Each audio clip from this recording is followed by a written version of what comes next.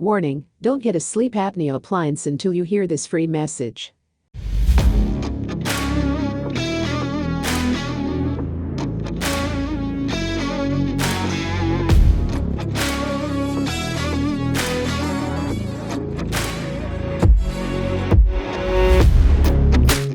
Hey, Dr. Tyler Williams with Better Sleep SLC, and thanks for being here today. You're on this video, watching this today because you have some questions about alternatives to CPAP, and that's the number one reason people come to see us is they're looking for an alternative to CPAP because they've either tried it, they failed it, they have a family member, a bed partner that uses it, or your parents use one, and you just haven't been able to use it regularly, or it's uncomfortable, or you can't sleep well, or you're claustrophobic. So we'll go through a couple options, but the first thing to look at is there are generally three types of treatment for sleep apnea. The first one's CPAP. It works well. It's been around a long time. They're very effective, but anywhere from half to 2/3 of people quit wearing them or they fail it because they just can't get used to it.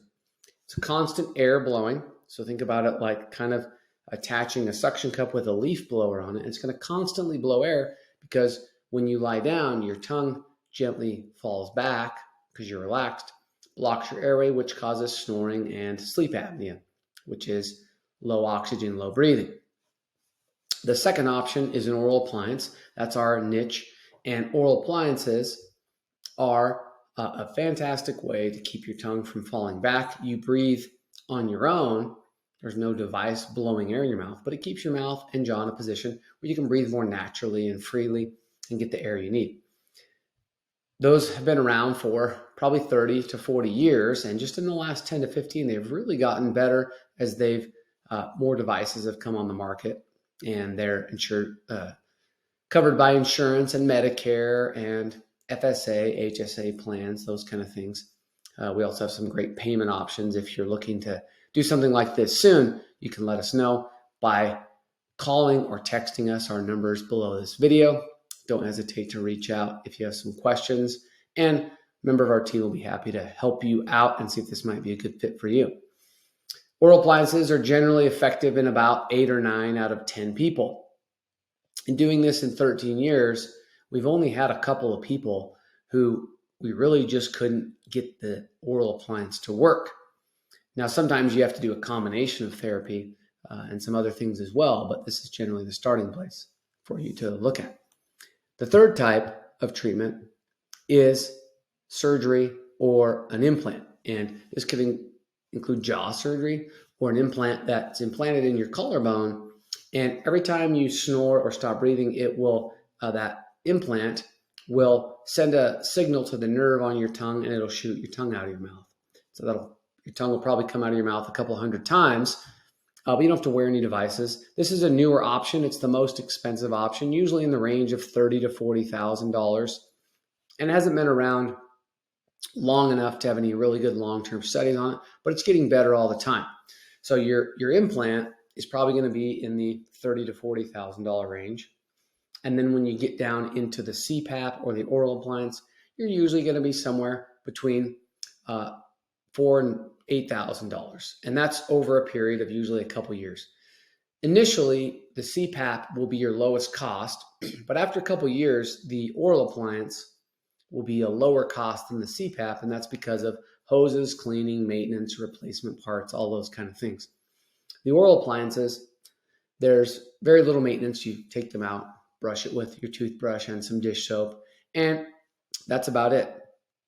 Whichever option you choose, it's a lifetime option, meaning you're probably going to have that for life because sleep apnea generally doesn't go away. Snoring generally doesn't go away. There might be days that are worse than others, but it won't go away. We teach something we call the 5 sleeps enhancement to our patients who get an oral appliance, but some of the things it includes are things like weight loss, diet, exercise, avoiding certain foods, controlling your heartburn, the position you sleep in, your posture, practicing nose breathing through the day. All these things help enhance your treatment, but those 3 options are the things that are actually going to help you be safe and healthy throughout the night. And then those other things you do for your lifestyle can help enhance or improve the treatment. But generally, if someone loses weight, we typically haven't seen, in our experience, their sleep apnea just go away. It might decrease a little bit, but it's still there and still something you'll need to treat. A fourth option that sometimes is done in conjunction with one of the other three is something like teeth straightening. We use a special kind that opens up your airway as well to help you breathe better. And that gets rid of crowding that makes your mouth smaller and it makes your mouth larger so you can get more air in there.